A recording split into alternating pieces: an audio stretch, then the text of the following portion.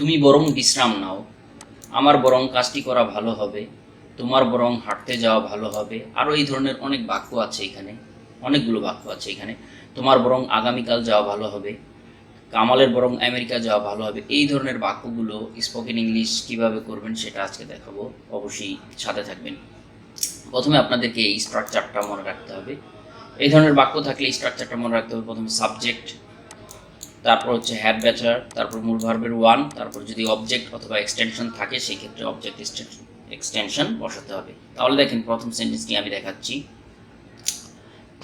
তুমি বরং বিশ্রাম নাও অথবা তোমার বরং বিশ্রাম নেওয়া ভালো।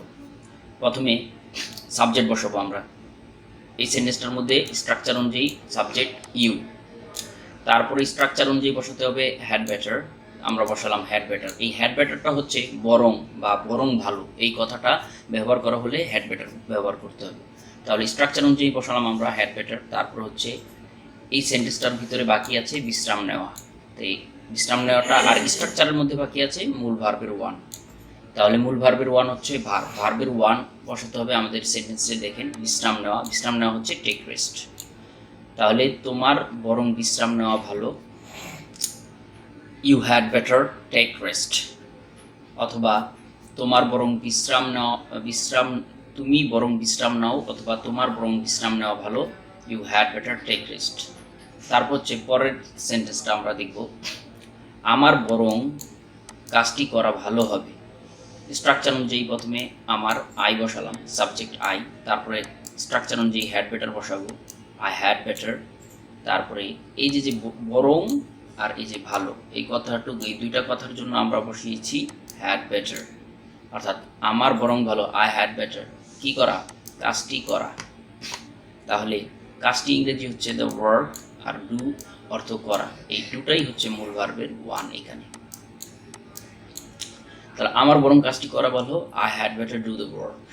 তারপরে তোমার বরং হাঁটতে যাওয়া ভালো হবে, তোমার বরং হাঁটতে যাওয়া ভালো হবে অথবা তোমার বরং হাঁটা ভালো।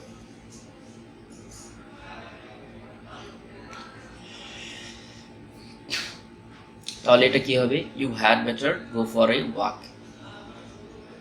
তোমার ইংরেজি বসবে হচ্ছে ইউ, তারপর স্ট্রাকচার অনুযায়ী হ্যাড বেটার বসাবেন। স্ট্রাকচার অনুযায়ী বসালেন হ্যাড বেটার। তারপর হচ্ছে তোমার বরং ভালো, এটা আমরা বসালাম হাঁটতে যাওয়া, গো for a walk. Go for a walk অর্থ হাঁটা বা হাঁটতে যাওয়া, এটা হচ্ছে একটা ফ্রেজ।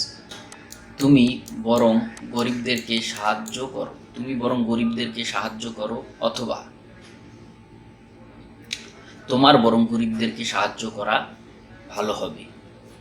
সো তাহলে স্ট্রাকচার অনুযায়ী প্রথমে সাবজেক্ট বসাবো ইউ, তারপর হচ্ছে বরং ভালো হবে বা বরং, এর জন্য বসাতে হবে হ্যাড বেটার।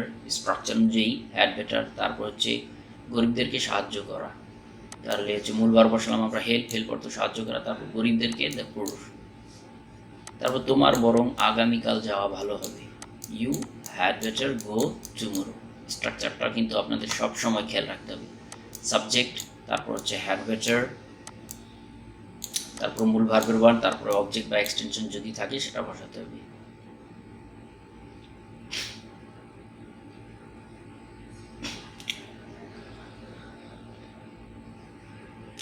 তারপর হচ্ছে তুমি বরং তোমার বন্ধুদেরকে নিমন্ত্রণ করো, বা তুমি বরং তোমার বন্ধুদেরকে নিমন্ত্রণ করো, বা তুমি তোমার বন্ধুদেরকে নিমন্ত্রণ করা ভালো হবে, you had better invite your friends.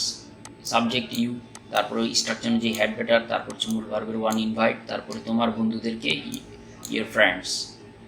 কামালের বরং আমেরিকা যাওয়া ভালো হবে, Kamal had better go to America. তোমার বরং একজন উকিলের সাথে পরামর্শ করা ভালো হবে, you had better consult a lawyer. আশা করি এই সেন্টেন্সগুলো অবশ্যই বুঝেছেন।